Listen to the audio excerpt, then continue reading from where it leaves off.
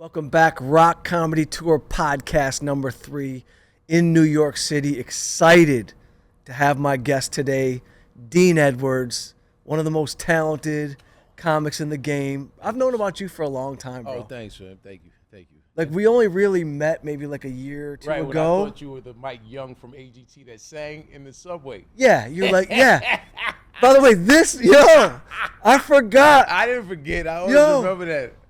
Dean Edwards, he thought I was the Subway singer Mike Young on Instagram. Yeah, I tagged to tell the story. I love this. This dude, Mike Young, he's a native New Yorker, and he was a Subway singer, and then he did AGT, and he had this amazing version of Sam Cooke's "A Change Gonna Come" in the subway, but then he popped on AGT. And so after he did AGT, I had posted about him before he did AGT, right? But I didn't have his name, his IG name. So then after AGT and years later, you ever have someone like a post from years ago? And you're like, oh, and so someone liked it. I was like, oh, I used to love this post. I was like, oh, let me tag dude, just so at least he gets the necessary credit. And so since he's Mike Young, I didn't do the research necessary. So I just typed in Mike Young, and you clearly had the algorithm's attention more than Mike Young, the singer from AGT. And so I tagged you, and then we ran into each other. And you corrected me, and I was like, oh, my bad, son. By the way, the funniest thing was I was like excited. I was like, yo, Dean Edwards is following me. A bunch of dudes are going to start following me out of New York. I can't wait to run into him.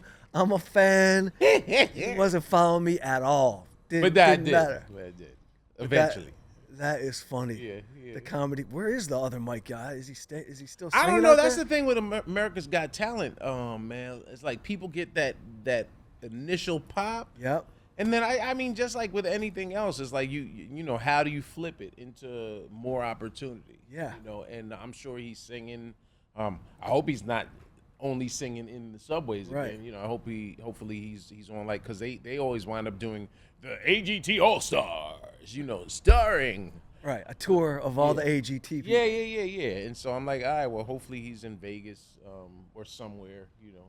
It's funny that you say, you know, you want to keep it rolling after you pop on something, right? Like everybody, when you're first coming up and a couple things hit, a lot of the mentality at that time is like, yo, this is it. It's game on from here. Right. Did you always have the mentality of like, there is no like peak moment. You always got to keep it hustling. Even on SNL, you might have had a moment where you're like, yo, I made it. It's game on. Or were you always like, you know, did you always have a worker mentality like this? I've always had a worker mentality because I'm a stand-up. Like, stand-up is a foundation for anything I do. I kind of always used rock as, like, Chris Rock as sort of the sort of the template, right? Because rock popped rock actually had a shine from you know, initially. You know, just Eddie Murphy sort of plucking him from the comic strip obscurity and bringing him on the Raw tour, and then him doing Beverly Hills Cop 2 and I'm Gonna Get You Sucked. That's just one rib, and then he wound up on SNL, and then after SNL he went to Living Color, and then he went back to the clubs and said, I gotta tighten what I do as a stand-up. And then he did Big Ass Jokes, which to me is still one of the dopest. That was his sort of half hour that people always use Bring the Pain, but I'm like, nah, Big Ass Jokes was hilarious. And then Bring the Pain is what kind of made, you know, Time Magazine, Oprah, and everybody put him in said, another stratosphere. yeah. And then I remember, I think he said that Seinfeld told him, oh, now you're gonna get the package, and the package meant, you know, you do the special, you get the book deal, you do the movies, you get, you know, and he got all that. So that's always what I've sort of aspired to. Prior to him, Eddie stand up, and then film. And so I've always said, like, even with SNL, it's like, boom, you say at one point, you're like, yo, I made it, you know, because and even in the history of the show, as the show's coming on celebrating their 50th anniversary, it's like you're amongst maybe in 50 seasons, maybe 100 and less than 200 people in the last 50 years have been cast members. Probably about 160, 170 cast members. And then when you do the percentage of cast members of color or cast members that are black, you know, that like the number is minuscule. So you're like, all right, I made it in that I achieved that, but now what else do I want more than just that, you know? Were you thinking that you wanted more even while you were in that mix? Yeah, man, because I want to be Eddie Murphy, you know, I want to be Eddie, you know, and so I still have dominating film aspirations. I still have dominating, you know, the television space aspirations, because SNL was cool. I didn't pop the way I wanted to. I had some good looks. I had some good opportunities and some moments where I shined, but no one was watching this show, or to this day is like, yo, but you know those Dean Edwards episodes, you know, you know, and I'm always surprised because people will come up to me like, man, I loved you on SNL. I'm like, word. And I'm like, I appreciate that, because I was in it, so I didn't see what other people saw, you know, and those you're in it and you're like, damn, I was in 4 sketches and 3 of them got cut, so you're in that, whereas people at home are watching like, oh man, I love that thing you did with it. Like someone just tagged me this sketch I did when Eminem was the musical guest. I think Brittany Murphy was rest in peace. Brittany Murphy was the host, and Kirsten Dunst. I'm sorry, Kirsten Dunst was the Spider-Man moment. Yeah. And Eminem came on, and him and Proof, rest in peace, did a sketch where I was in the sketch all of 20 seconds, but I got a big laugh. And got to call him Honky and marched off, and it got a big laugh. And those, you know, you have little moments like that. You're like, all right, I got something funny in that, and that's really what you were striving for while on that show. Wow, you got to do. I mean, that's my bucket list. Eminem. Yeah. Proof, Right. Because you from the D. Yeah. Are you kidding? What up, though? Everybody from the D. Yeah. Okay, I should have aimed that in my face. And let's move that over a little bit so the sun doesn't blang them. Look at me. I was like, let me find my light. Meanwhile, I don't remember the Eminem Proof sketch. Right. I mean, it's because it was. I'll send it to you, because, like I said, I wound up putting it on my IG. But it was quick. It was. It wasn't even. I think it was.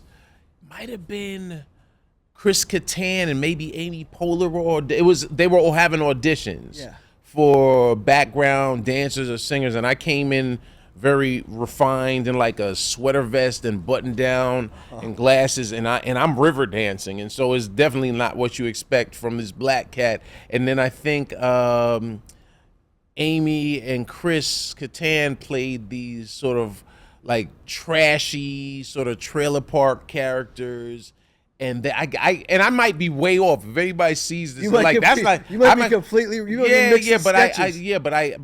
think that might have been what the sketch was. Like I said, I haven't seen that joint in 20-some years. Yeah.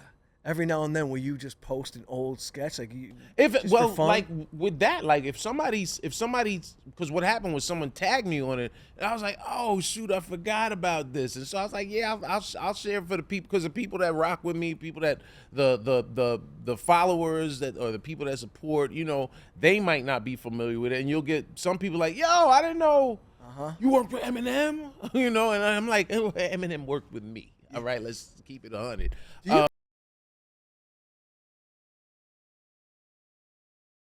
Yo, do you come from an acting background? I did, yes. High school? I acted in elementary school.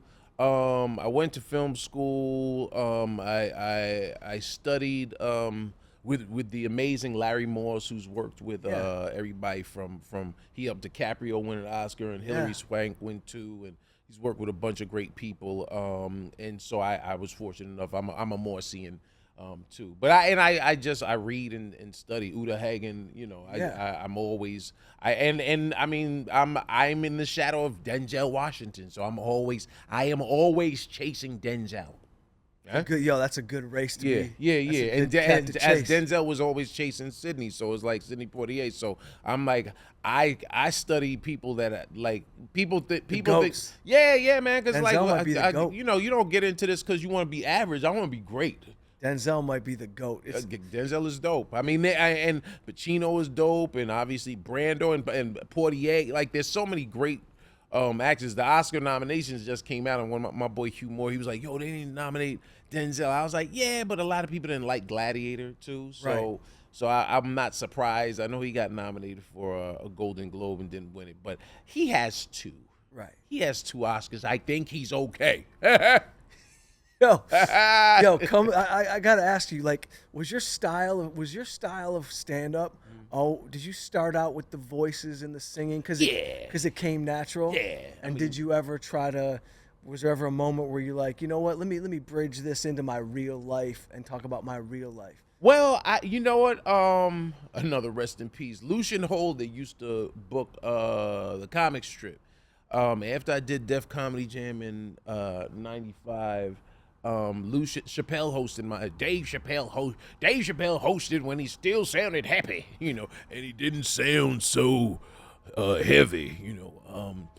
Philosophical. Yeah, Chappelle. he's now Dave. Oh man, it sounds deep. But I knew Dave Chappelle when he was up here, man. You know, and because Chappelle was hosting, Lucian happened to be there. He saw me. He was like, "Yeah, you should come to this club." And so eventually, when I auditioned for the comic strip, I remember he said, "You have an amazing command of voices and characters, but you don't have any jokes." You know, and he Lucian loved pontificating in the sound of his voice, right? And so, and where, you know, look, man, I was in the Army, so I never mind constructive criticism, Yeah. right? Especially if it's, and even if he was coming from a place of, here, I'm about to leg swoop you, I pushed back. I said, well, elaborate, you know, Yeah, to let yeah. him know I'm not afraid of your criticism. I've had drill sergeants yelling at me, "Get your dick in the dirt, private," you know. Yeah. And so, this man, he says to me, he's like, "Well, Jerry Seinfeld, when Jerry Seinfeld is on stage, he doesn't have the most amazing charisma, but his jokes are brilliant. And so when he says that, why isn't the best man the one getting married? That's a funny joke." And so when he said that, I said, "All right, you know," I said, well, let me grow. Let me use your club to grow." And so from that point on, there's like, probably like 97-ish, 97, 98, when I really was like working hard to get into the mainstream clubs in the city. I started working there, and then every club that I worked, mainly my main home club in the city was Boston Comedy Club down there on West 3rd Street at the time, and that you had everybody from Keith Robinson and Patrice O'Neal and Todd Lynn and Rich Voss and That's a Cook. camp. I mean, but Greg Giraldo, like these cats were, everybody was Greer, Barnes, Godfrey, Hardy, Talent, and Will Sylvince had the hottest black comedy show, or the hottest urban show on the East Coast. You know, I think Guy Torrey had Fat Tuesdays on the West Coast, but on the East Coast, if you came to New York, you had to go through Boston Comedy Club on Sunday night, and that's, everybody went through there. And so What was it called? It was just the Boston. It was just Boston on Sunday night. I don't think they just Talent and Will's show, and you did that. But I only would do impressions if I was doing the road, or urban rooms, because black rooms you had to hit. You gotta hit them quick. And hard. And so I'm like, all right, I'm doing everything, but any clubs I worked in the city, whether it was Boston Comedy Club or Stand Up New York, Caroline's I would do, if Hot 97 did their night, then I would do impressions, right? But if it was just a regular night, I would just work my act and work on my point of view, because honestly I wanted respect from my peers. I didn't want people to say, "Oh, he's just an impressionist," right? You know, and the impressions always came so easy. So I was like, all right,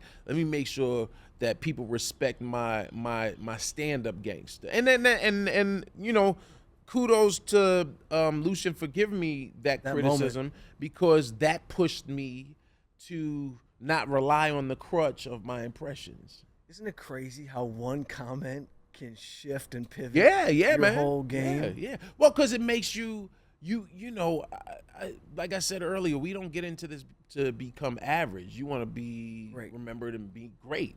And so in aspiring to be great or to become great, you have to push yourselves. 100%. You know? And you're not going to push yourself relying on what everybody. Any night I could go on stage any night and do a bunch of impressions, and I know people are gonna, wow, that he does sound like. But I'm like, but that's not funny. I want you to laugh. If I'm in a comedy club, I want people laughing, right? And so again, I was vying for the attention of the peers that I respected their pen game. Yeah. And you know, I remember years ago in Boston, I remember when he was still Billy Burr. He wasn't Bill yet. And Burr said, he was like, oh dude, that joke about your associate's degree, that's real funny. And I was like, boom. I was like, and that made me feel like $1 million, man. Yeah, but when you have a gift, right? When you have a gift, like you have an ear, right? You have a crazy ear. Yeah. You can't just discount that and put it to the side. No. Right? So like a lot of the guys that have crazy penmanship, that's all they have. That's all they have. Yeah. But that's what we want. I mean, I'm with you on that. I always wanted I want Bill Burr to say, "Yo, you're hilarious." Yeah. Billy. You know what I mean? I want those guys. Yeah. But like you can't to weave it, to find a way to weave it into your storytelling. And that's what I made it into. That's in watching like say Rich Little, Eddie did it seamlessly because Eddie tied it in to the stories he was telling, and so his character worked because I remember it might have been Wanda Sykes made a good point. She said, I don't remember who, but Wanda might have said that anytime you deviate from your natural voice, you're doing a character, you know, and so. That made me say, "Oh, was that a knock or was that a knock? No, she was bigging up. She was bigging up Eddie, saying his character it was like when Comedy Central said their 100 greatest comics, and I'm not big on lists, man, because I'm like, how does someone wind up number 37? Exactly. But so, like, to me, everyone's list should have Richard at number 1. 100%. But you know, the trifecta for me, like coming up, it was Pryor, Cosby, Carlin, but Eddie's the one that made me want to do this. Eddie was the young cat that made me say, that had swagger, that said, oh, could be cool. I could be cool doing this, you know, and because Eddie happened right as hip hop was sort of burgeoning, right, and so it was just you had Run and you had Eddie, you know? Oh my God! And so you like, all right, you had Run, you had Eddie, and you had Michael Jackson. And they all wore leather. I was like, I want to be cool. I want to be like these cats.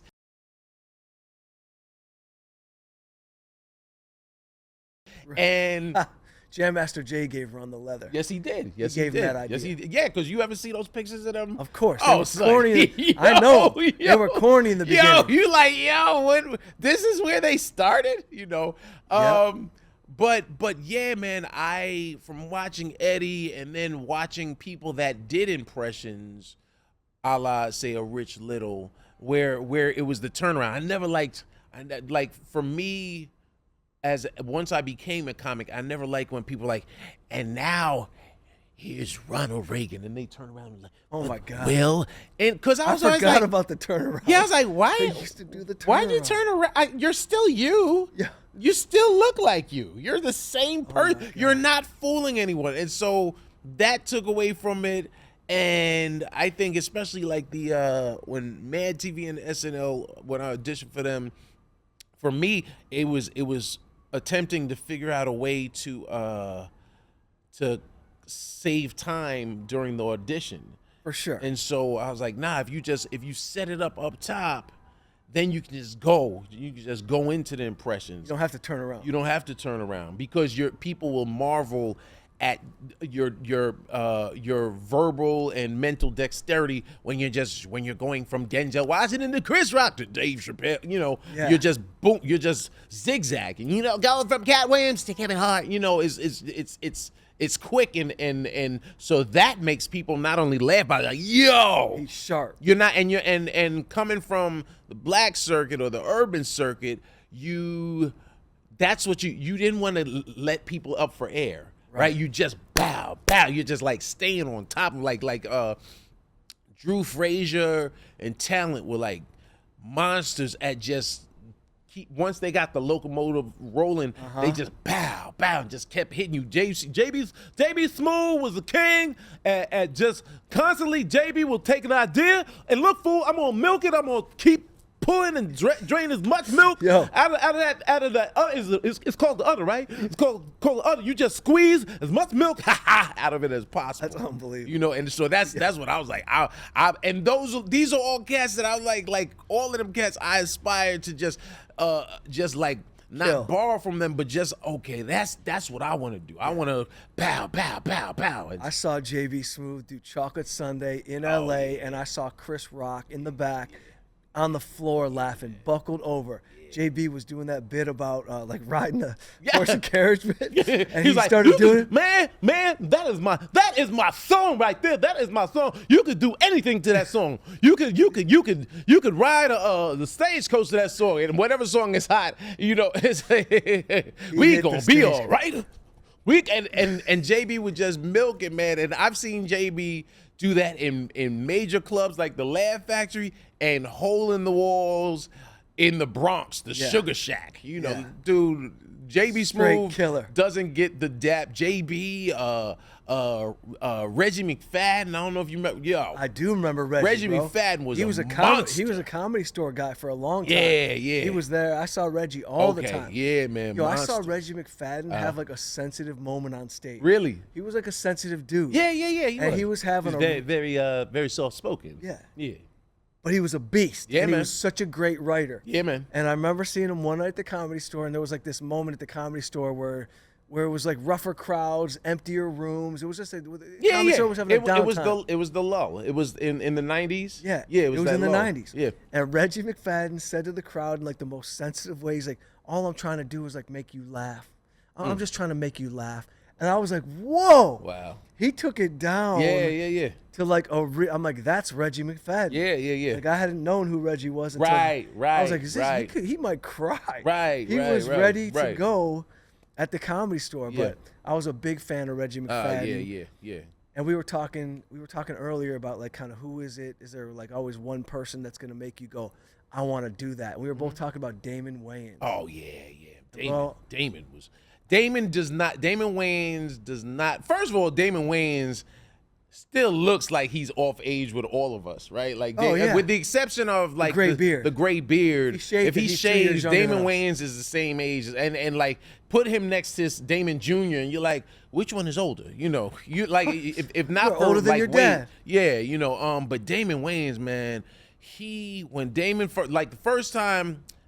I think when we became familiar with Damon as a comic, for me, might have been Robert Townsend and his partners in crime. And Robert Townsend doesn't get his just due either because the reason I started independent films was because of Robert Townsend. Boom. And so Robert Townsend did Hollywood Shuffle. I want to say, was that like 87, late 80s. And after he does Hollywood Shuffle, it blows up. He also directs Eddie Murphy Raw. But HBO gives him a deal. I'm going to rewind it. Eddie Murphy did something called Uptown Comedy Express, which was on HBO, and it was featuring Chris Rock, Barry Sobel, when Barry Sobel first popped, Arsenio, before Arsenio took over for Joan Rivers. Arsenio was just like the hot young comic coming up. Wow. Paul Mooney was in the audience. I don't think Mooney was there, and Robert Townsend was on there. So Eddie, and it's always about pulling people in, right? So Eddie had an opportunity. So he had this show. He gives them an opportunity. Townsend then pops with, or is in the midst of popping with Hollywood Shuffle. He gets a deal with HBO, so he does what's called Robert Townsend and His Partners in Crime. Okay. And he did probably like 4 or 5 of them. So couple that with, he had Patrice Rushen, If You Forgive Me Not. And so she's the musical director on the show. And Robert is he had a sketch on there called The Bold, The Black, The Beautiful. And it was like it was a black soap opera starring like the Wayans family and Damon. I remember there was a sketch where they were like playing gang members. He was like, no, man, we can't do this. They were like, why? He was like, because we're colorblind. This shit don't match, you know. And Damon did stand up on there. And I remember he did a joke about Michael Jackson. He said he can only get his son, little Damon, to listen to him if he talks to him like Michael Jackson. It was like, little Damon, can you do us a favor? Can you clean up your toes? And can you please? And he killed. Yo. And after that, then he does HBO was doing the half-hour comedy specials. Yep. Half-hour comedy hours. So he does a half hour that becomes like the quotable special that everybody's talking about. Beast. And then fast forward to, I think that was like 88, 89. Then he does, then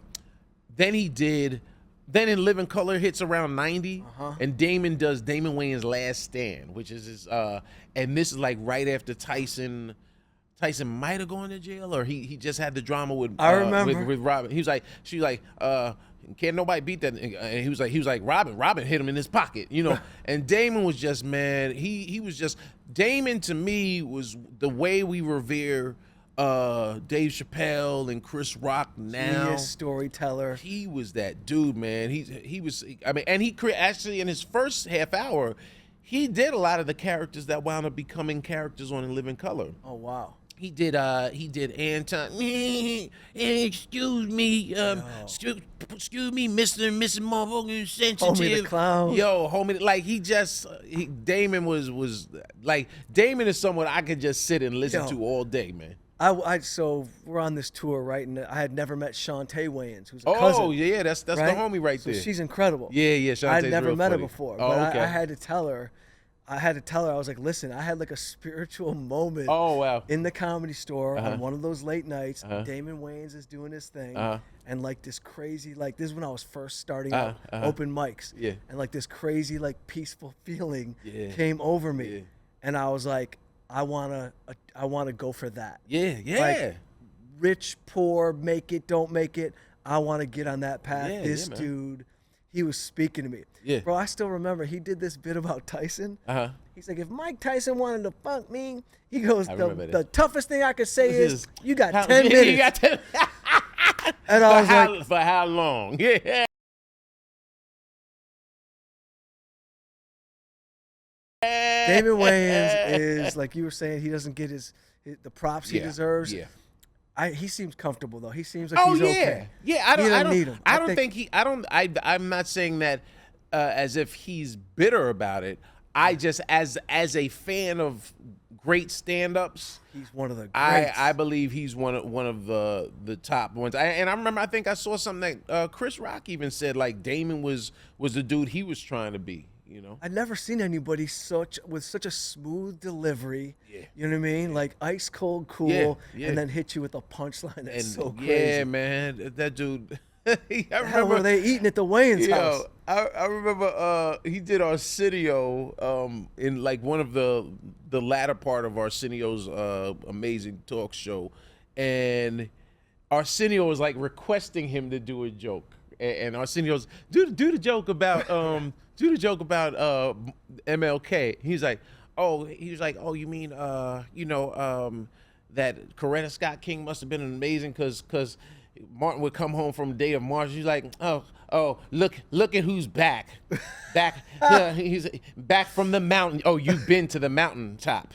Are they hiring up there? You know, it was. I'm not doing it justice. I'm not going to try, but it was just so funny. And to me, that's the ultimate respect when another comic is like, oh, can you just do that one thing? You know, because that means you've seen something. Comics are like boxers, right? 100%. And I don't care how, even when Pryor was like, you know, near the end where Pryor was sort of immobile and yeah, I saw him at the store. In a wheelchair. But I know he was watching comics and probably in his mind he's like, man, if I could, I wish I could just say, because he could tag that with this. Same way Ali, when Ali was the Parkinson's took over, he still had the same amazing mind. Sure. And so he's watching everyone from Mayweather and Pacquiao, Roy Jones. He's watching everyone like, oh, he should have. He knew exactly what was going on. Couldn't express it. Yeah, exactly. I got to meet Ali in a gym when Wow. Parkinson's was full on. When they were shooting Ali, a friend of mine was a writer on it. Was like, Okay. "Do you want to meet Muhammad Ali?" Wow, dude. Straight up here. Oh, man. I just got goosebumps. Yo, uncles that were boxers back in the old school Jewish That hoodlum days. That boxed with their For real, like one uncle was like in Marciano's camp, but Ali was like everything. And I went and I met him, and even when he could barely talk, he still like whispered in my ear. I swear to God, he That's goes, so funny. "Want to see me levitate?"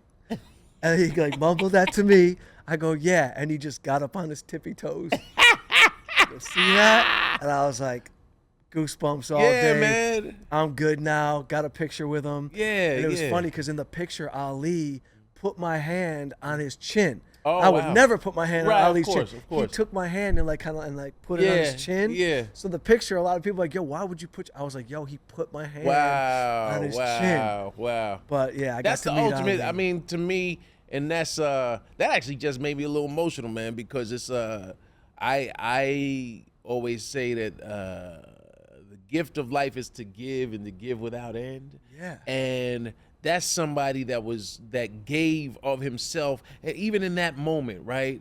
He knows people love him. He knows that you're a fan, but he was human.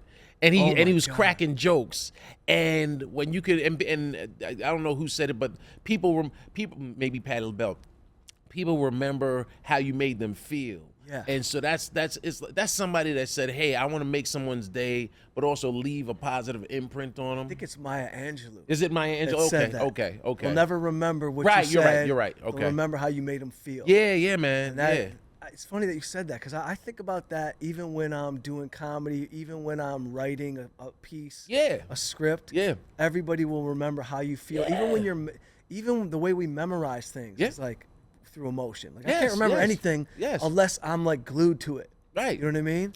Well, that's why we're good. Yeah, that's why I always tell people, like we're in this era of people getting canceled, which is goofy to me. The term you can't cancel someone's still alive. It's a dumb phrase. Dumb phrase. But what people are saying is, we can't support that individual. You can't tell me I can't listen to R. Kelly. Not that I co-sign anything that he was accused of or that he did, but once I Believe I Can Fly, or for me, I love the song I Wish.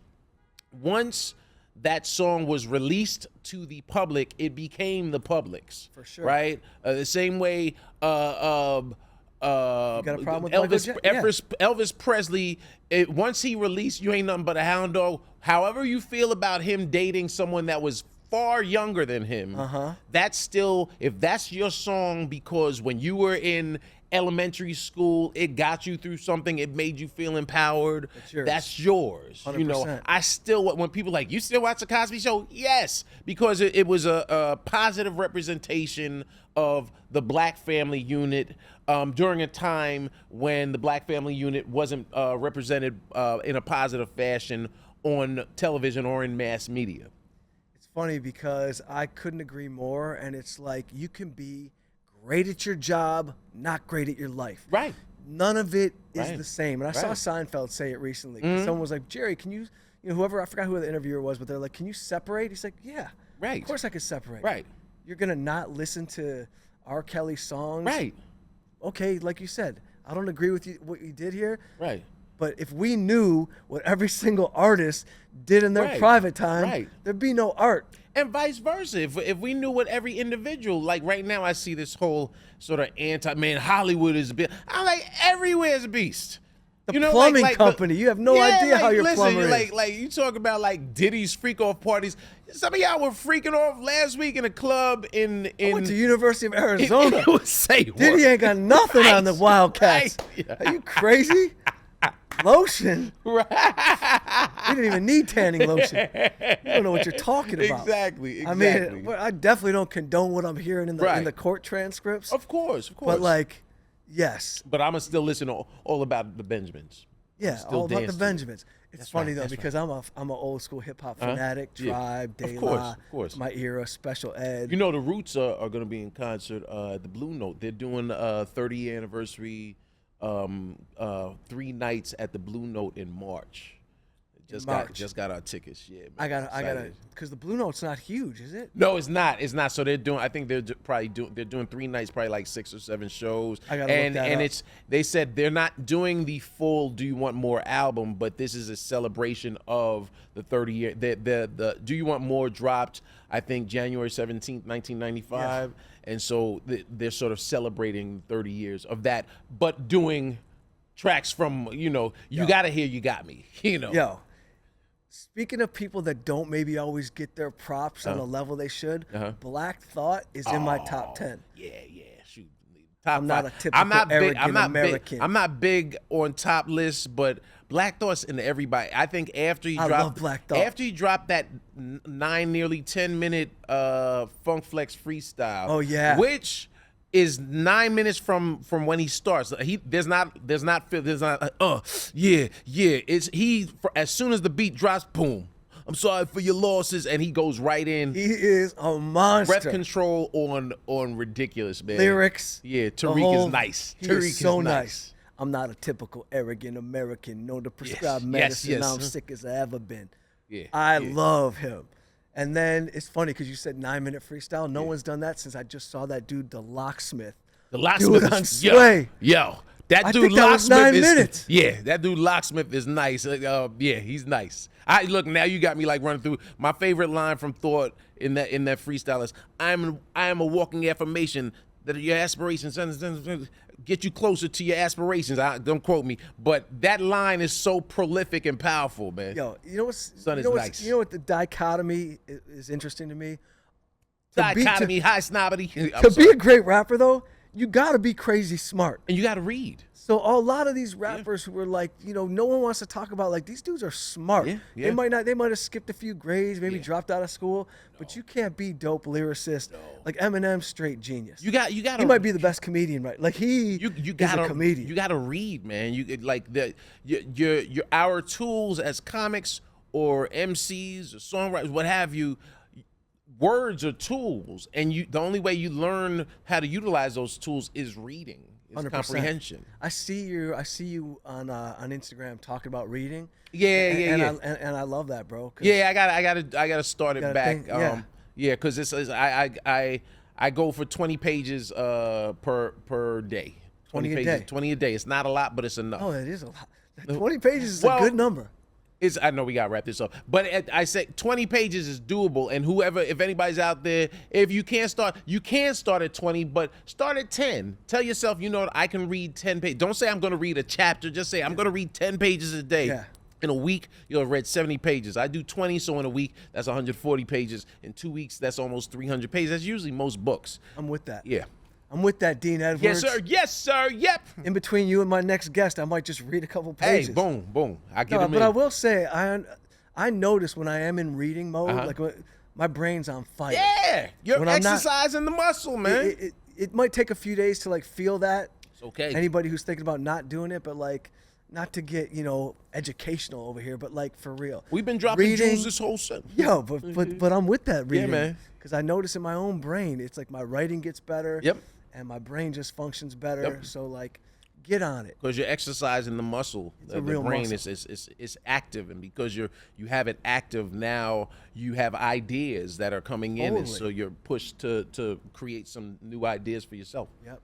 Well, Dean Edwards, bro, I appreciate you, buddy. Thanks for coming down. The real Mike Young. He thought he was coming to Mike Young from AGT, but he got me. Yo, good looking out, man.